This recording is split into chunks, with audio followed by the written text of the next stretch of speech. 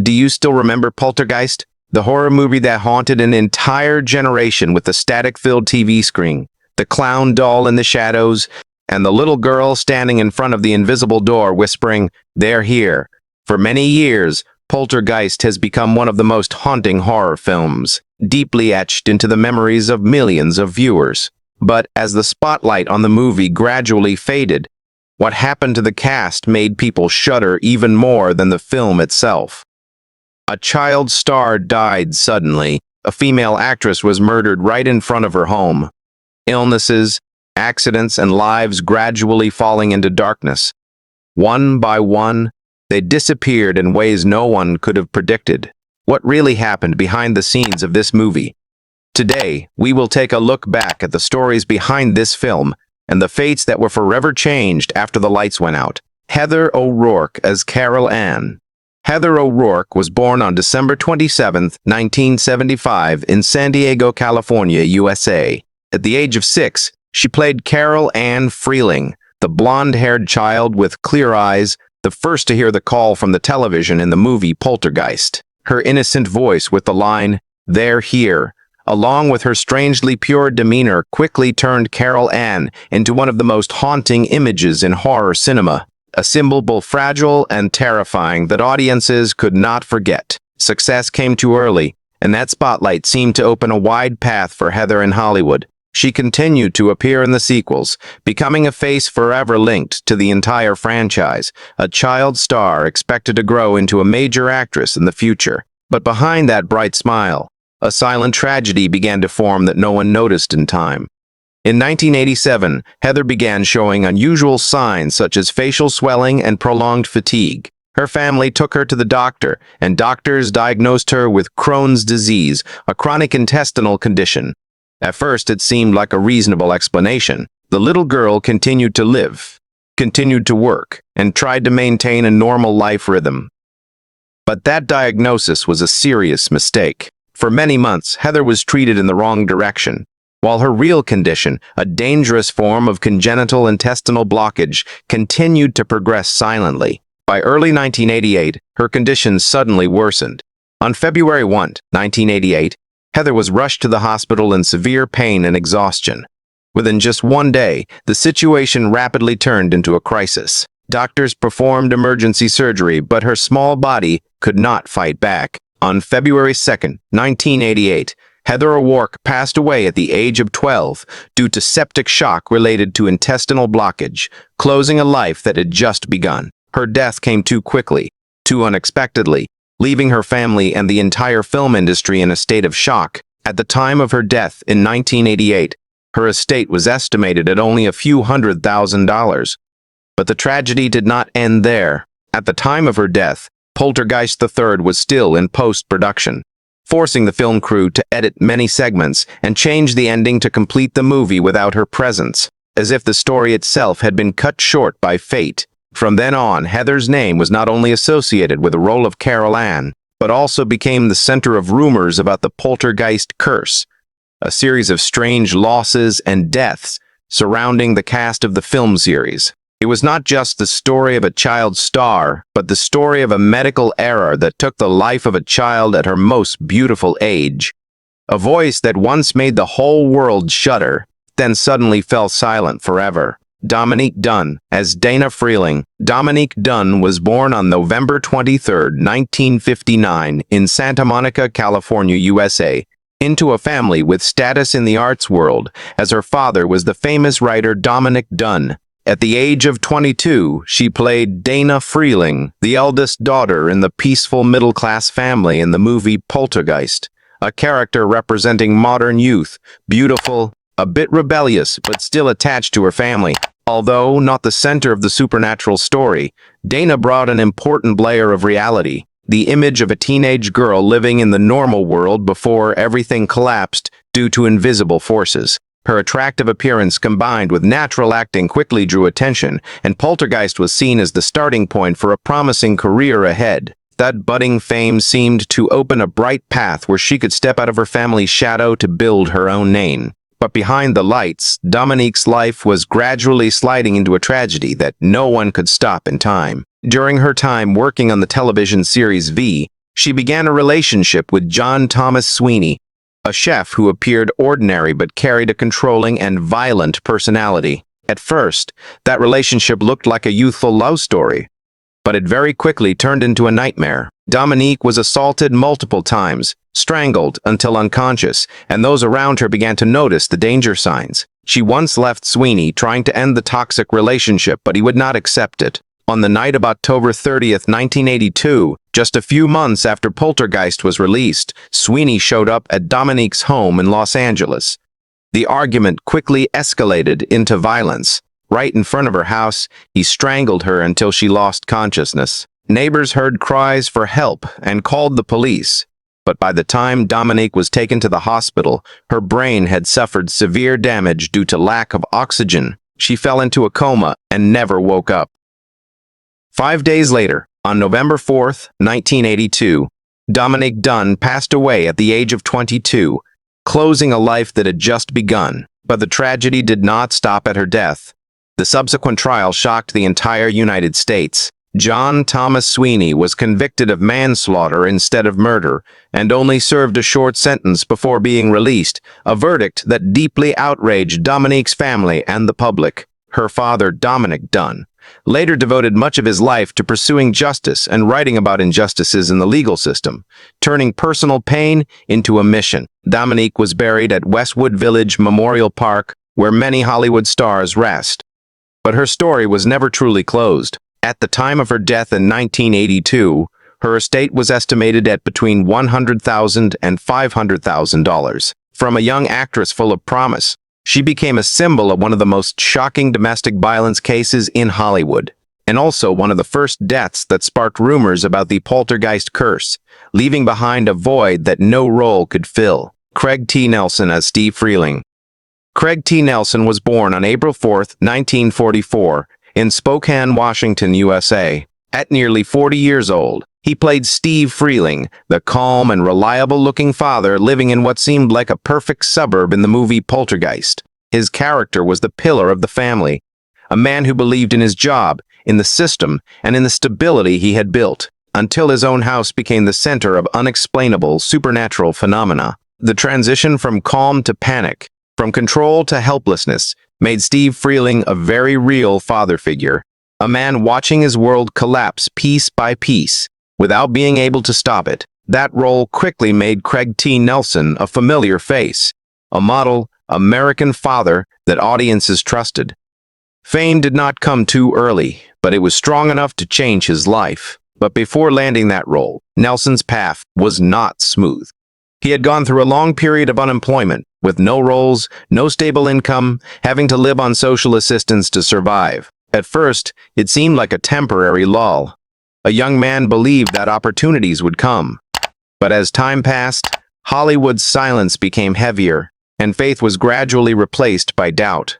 Nelson took on various jobs to survive, from writing scripts to small tasks unrelated to acting, trying to hold on to a place in an industry that seemed to have turned its back on him. When Poltergeist appeared, it was like a turning point. A final opportunity turned into real success.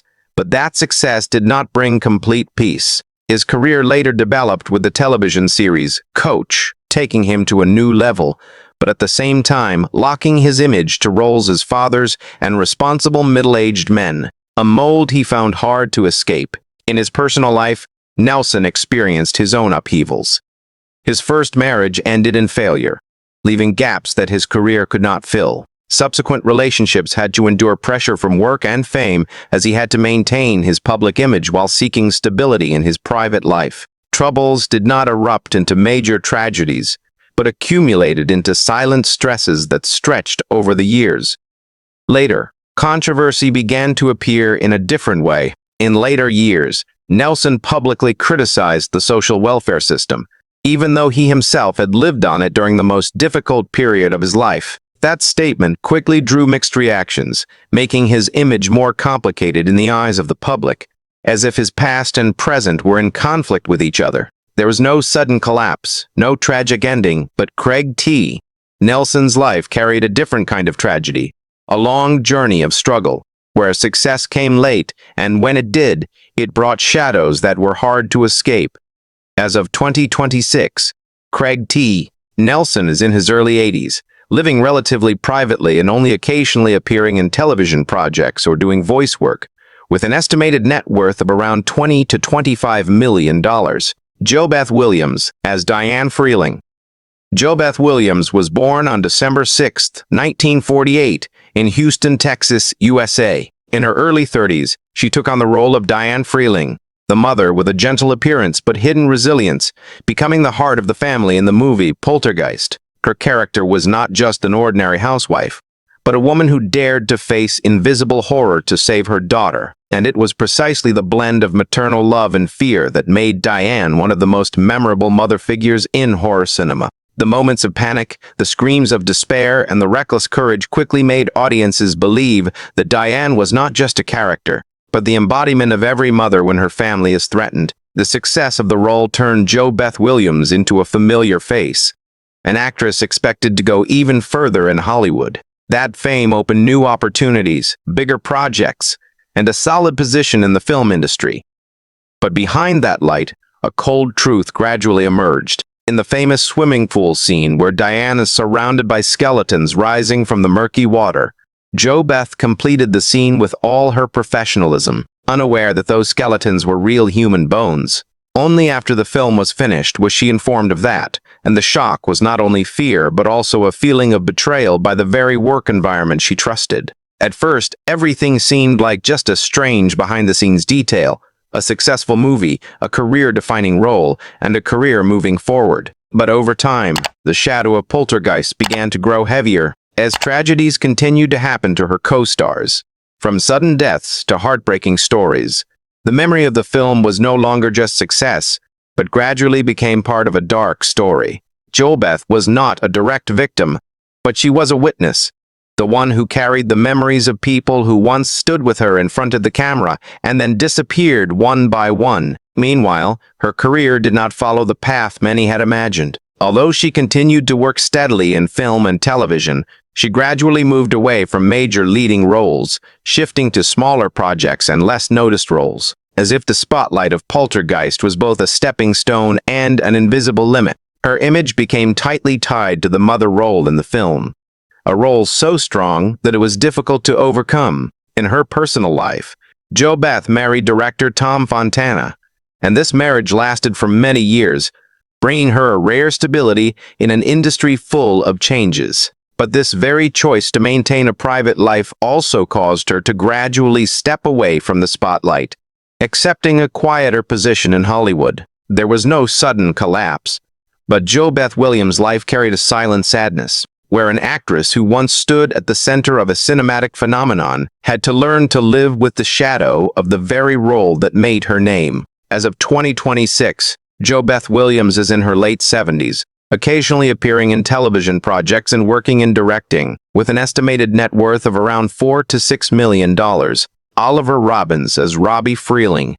Oliver Robbins was born on July 22, 1971, in Los Angeles, California, USA. At the age of 10, he played Robbie Freeling, the boy with very real fears of the darkness, of the tree outside the window, and especially the clown doll in the bedroom in the movie Poltergeist. His character was not the center of the story, but he embodied childhood fears, the kind that quietly grow in the shadows and explode when no one can control them anymore. The scene where the clown doll attacks Robbie quickly became one of the most classic segments in horror films, deeply etched into viewers' memories like a nightmare that never truly ends. The success of the role turned Oliver into a familiar face, a child actor expected to continue developing in the film industry.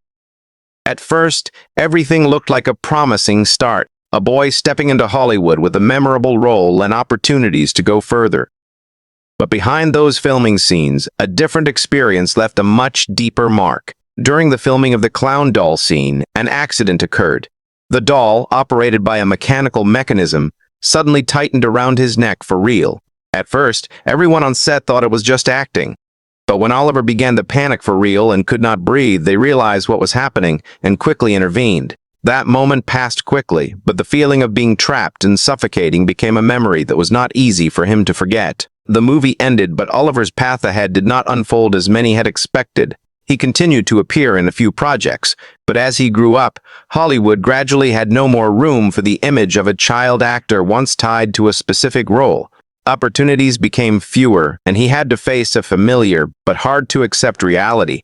Not every child star can become an adult star. Oliver gradually stepped away from the spotlight, not through a sudden decision, but through a slow process where roles decreased, attention faded, and life moved in a different direction. Later, he found a new path behind the camera, working as a director and producer, continuing to stay connected to film, but no longer in the center position. Oliver Robin's life carried its own unique sadness. A quiet form of tragedy for someone who had touched the light very early and then had to learn to live when that light no longer shone on him. As of 2026, Oliver Robins, in his mid-50s, works mainly as an independent director and producer, living quite privately with an estimated net worth of around $1 to $2 million. Zelda Rubinstein as Tangina Barons. Zelda Rubinstein was born on May 28, 1933, in Pittsburgh, Pennsylvania, USA, into an intellectual family where art was not an obvious choice, but she carried a difference from the moment she was born. With a height of just over 1 meter due to pituitary dwarfism, Zelda grew up in a world where her appearance was always the focus of attention, both curious and harsh. And from a very early age, she understood that she would never have a normal path. Before coming to film, she worked as a medical laboratory technician, living a quiet life behind the scenes of society, until she decided to step into acting as a way to find her own voice. At nearly 50 years old, she took on the role of Tangina Barons in the movie Poltergeist, a small but powerful psychic who stepped into the haunted house to confront invisible forces that no one else dared to touch. With her distinctive raspy voice and cold, sharp eyes, her line, "This house is clean," became one of the most memorable moments of the film, turning Tangina into a symbol of the confrontation between humans and the supernatural world. That role took Zelda from near anonymity to a familiar face, but fame came in a way she could not control. At first, it felt like liberation. A woman who had lived on the margins was finally seen and recognized. But very quickly, her physical difference became an invisible cage. Hollywood began to see her not as an actress, but as a special image, constantly giving her strange, supernatural, or symbolic roles rather than real human ones. Zelda's career therefore never truly exploded, but existed in a loop of memorable supporting roles that were not enough to break her out of the mold. In her personal life, Zelda lived quite privately, never married and had no children, partly by choice and partly because of invisible barriers life had placed. Those close to her later said she often lived with prolonged loneliness, even though she always maintained a strong and sharp image on the outside. But the greater tragedy began to appear as her health gradually declined over time. Zelda suffered from many kidney and cardiovascular problems, silent illnesses that slowly eroded her small body, which had already faced many limitations from birth. By the late 2000s, her condition became more serious, requiring multiple hospitalizations, and her life gradually shrank to hospital rooms. But even as her health deteriorated, the shadow of Poltergeist always followed her, as the film was remembered not only as a classic work but also as part of the Poltergeist curse associated with the continuous losses of the cast. Zelda was not one who died young like some of her co-stars, but she was the one who carried the memories of all that, a living witness to a story that became increasingly dark over time. On January 27, 2010, Zelda Rubinstein passed away at the age of 76 after her body could no longer fight the illness, closing a life full of concerns. At the time of her death, her estate was estimated at around $1–2 million. Beatrice Straight as Dr. Lesh. Beatrice Straight was born on August 2, 1914, in Old Westbury, New York, USA, into a wealthy and influential family where art and culture were a natural part of life. But that very starting point brought invisible pressures that not everyone could see. From a young age, she stepped onto the Broadway stage, pursuing acting with rare seriousness, gradually building a reputation as a deep stage actress. By the time she appeared in the movie Poltergeist, she was nearly 70 years old, playing Dr. Polly. Lesh, a researcher of supernatural phenomena who brought a scientific perspective to what was happening in the Freeling family's house. Her character was not loud or panicked, but calmly observed and analyzed, like a representative of reason trying to understand the incomprehensible. Beatrice Straight's calm and dignified acting made Dr. Lesh a solid anchor amid the chaos, a character who did not need many words but still created a rare sense of reliability. But behind that calm was a life that was not simple at all. Before Poltergeist, Beatrice had achieved a milestone many actors dream of by winning an Oscar for her role in the movie Network, a special victory since her screen time was only a few minutes. At first, it was seen as a historic win, proof of the power of acting.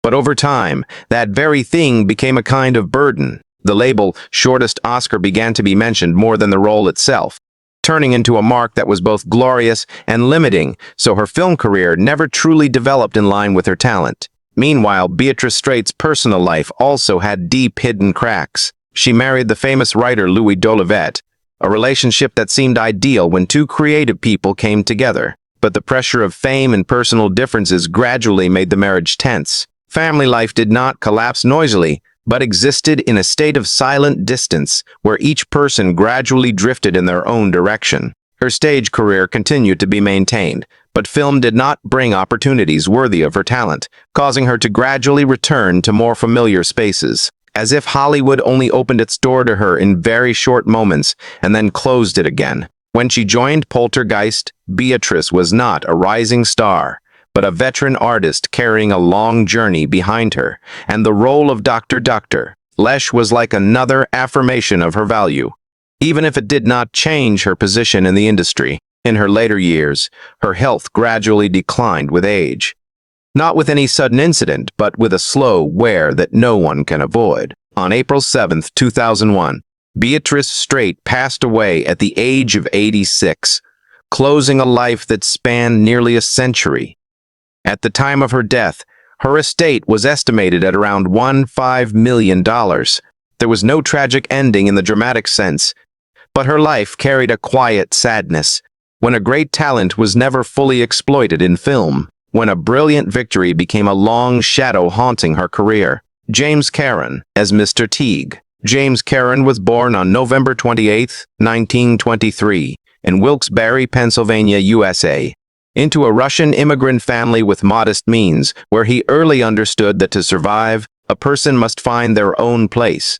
Before entering film, he served in the U.S. Marine Corps during World War II, an experience that left him with discipline but also heavy memories he rarely mentioned. After the war, he pursued acting, starting from the Broadway stage, where he had to accept small roles on long years of being unnoticed, quietly building a career in a harsh industry. When he appeared in the movie Poltergeist, he was nearly 60 years old, playing Mr. Teague, the head of the real estate company that built the residential area on land that buried a dark past. His character was not a clear villain, but the embodiment of a cold system where profit and development were placed above memory and ethics, a polite and calm man.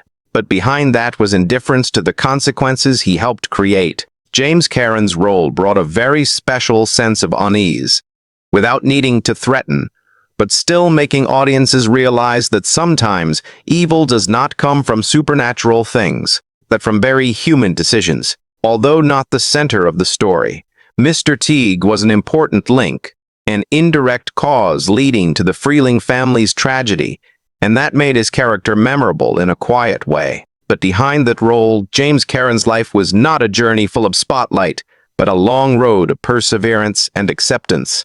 He never became a big star, but existed as a familiar supporting actor, appearing in hundreds of films and television shows, always there but rarely the center. At first, that might have looked like stability, a man with a job and a long career. But over time, it also carried its own form of tragedy, when his talent was rarely placed in roles big enough to fully shine. In his personal life, James Karen experienced the ups and downs of marriage, with his first marriage ending in failure, leaving unspoken silences before he found greater stability in his second marriage to Alba Francesca.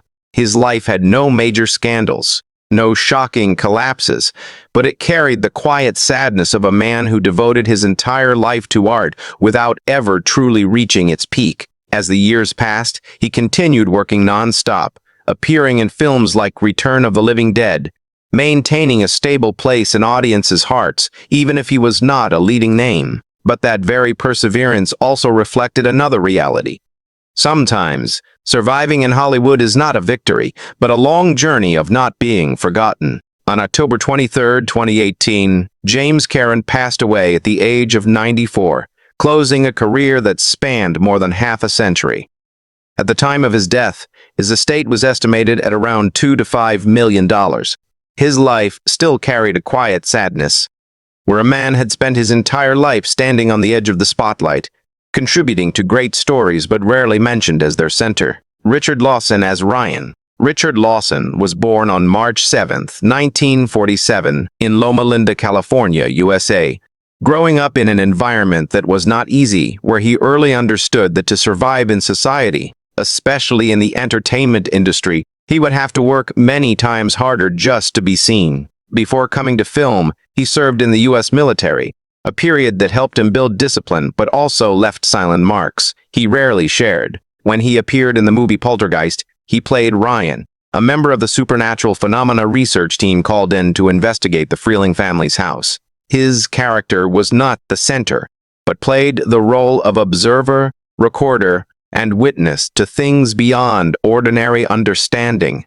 A person standing on the boundary between science and fear, representing those trying to explain the inexplicable. Ryan's presence helped add realism to the story, as if what was happening was not just imagination, but a phenomenon that needed to be proven. This role helped Richard Lawson become a more familiar face, an actor who could appear in many different projects even if he was not a leading star. At first, his career seemed to be progressing steadily. He continued to participate in many films and television shows, building a certain position in Hollywood. But behind that stability, his life took a direction no one could have predicted. In 1992, Richard Lawson boarded USAR Flight 405 from New York. It was just a normal flight, a short journey like many others.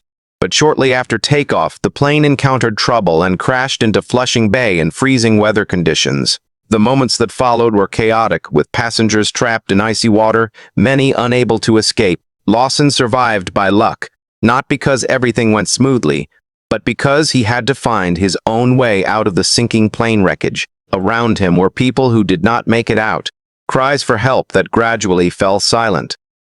He escaped, but the memory of what happened never truly left him. That accident was not just an event, but became a cut in his life, a near-death experience he had to carry for the rest of his days. Meanwhile, his career continued, but without major breakthroughs, still supporting roles and familiar appearances that were not enough to make him a top name. Lawson's personal life also went through upheavals. His first marriage ended in failure, leaving gaps that were hard to fill, before he found greater stability in his later marriage to Tina Knowles, a relationship that brought him closer to media attention but also meant his private life no longer fully belonged to him. There was no life-ending tragedy, no public collapse, but Richard Lawson's life carried a different kind of tragedy, where he had faced death directly, witnessed it at the closest distance, and had to continue living with that memory. From a soldier to an actor, and then becoming one of the few who walked away from an aviation disaster. His story is not marked by an ending, but by a moment that never truly ends. As of 2026, Richard Lawson, in his late 70s, continues to work in entertainment and acting training while maintaining a certain presence in the media, with an estimated net worth of around $13 million. Julian Beck as Kane. Julian Beck was born on May 31, 1925 in New York, USA, into a middle-class family, but his life soon took a completely different path when he abandoned traditional living to pursue experimental art. He was the co-founder of the Living Theater, one of the most radical theater movements of the 20th century, where art was not just performance, but also protest, a way to challenge society and politics. But that very path also brought years of exile, being monitored by the U.S. government, legal troubles, and forced him to leave the country for a long time, living the life of a nomadic artist, unstable, always on the border between freedom and uncertainty. When he appeared in the sequel Poltergeist 2, The Other Side, he was 60 years old, playing Kane, a cult leader with a gaunt appearance, haunting eyes, and a voice that seemed to echo from another world. His character was not just a villain, but the embodiment of obsession.